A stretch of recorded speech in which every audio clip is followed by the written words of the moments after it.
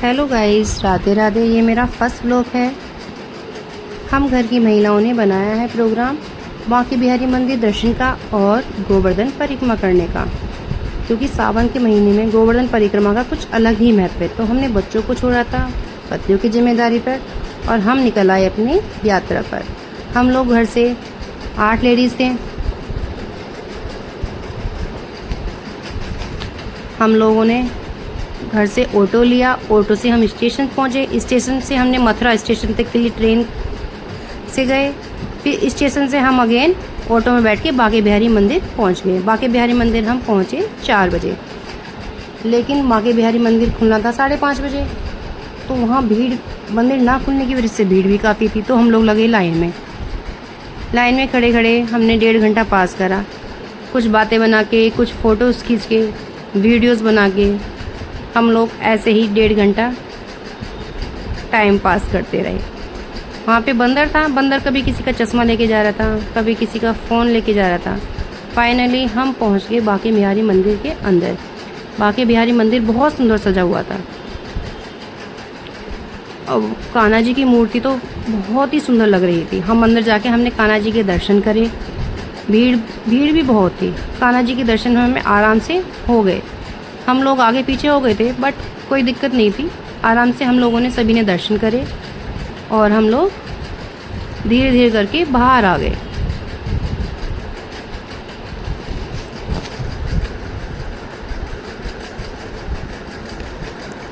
फिर से हम लोग ऑटो में बैठे।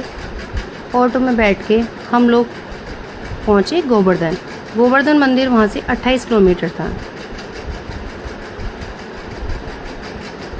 यहाँ का भी नज़ारा बहुत सुंदर था।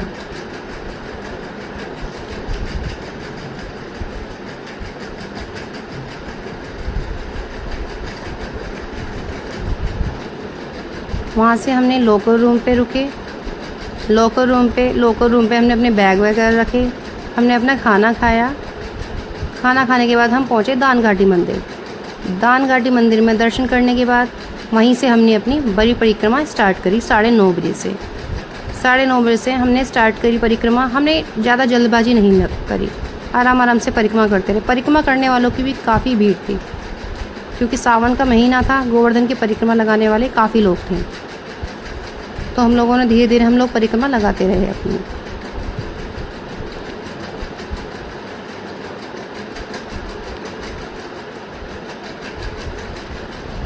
परिक्रमा लगाते लगाते हमने रास्ते में हल्का फुल्का खाते चले। कोई ऐसा नहीं था कि वो जूस वगैरह लेना, पानी की बोतल, वैसे तो जलपान की, पानी वगैरह की सब तरह की व्यवस्था थी। अच्छा इंतज़ाम करा हुआ था रास्ते में। फिर रास्ते में झांकियाँ वगैरह, कान्हा जी की झांकियाँ, बहुत ही सुंदर सुंदर झांकियाँ, नृत्य करती हुई झांकियाँ थी। थोड़ी देर खड़े होके हमने झांकियाँ भी देखी। जगह जगह झांकियाँ थी। बहुत ही सुंदर सुंदर कान्हा जी के भजन चल रहे थे। रुक रुक के हमने कई जगह झांकियाँ देखी कान्हा जी की। और हमने गोवर्धन की परिक्रमा आराम से बैठ के, चल के 2-2 मिनट का ब्रेक लेकर के हमने परिक्रमा लगाई।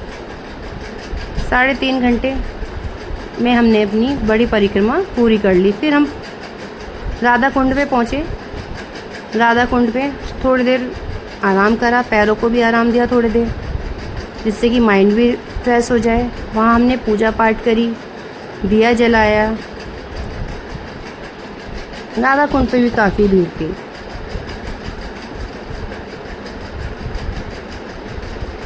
राधा कुंड से हम फिर धीरे धीरे हमने फिर से चलना प्रारंभ कर दिया। फिर हम 4:30 बजे हम पहुंच गए गिरिराज महाराज जी के मंदिर के पास। यहाँ हमने अपनी परिक्रमा समाप्त कर दी थी। यहाँ के बाद हमने जहाँ लोकल रूम लिया था वहाँ पे हमने नहाए धोए। वहाँ के बाद, नहाने के बाद हम गए गिरिराज महाराज जी के दर्शन करने के लिए। गिरिराज महाराज जी के दर्शन करे। अंदर, मंदिर के अंदर भी बहुत भीड़ थी। भगवान में प्रसाद चढ़ाने वालों की तो बहुत ही ज़्यादा लाइन लगी हुई थी। थोड़ी धक्का मुक्की भी थी, बट सही था। फिर हमने मानसी गंगा के दर्शन करे। मानसी गंगा का तो नज़ारा ही बहुत सुंदर था, बहुत ही सुंदर नज़ारा था। मानसी गंगा पे दर्शन करने के बाद हम लोग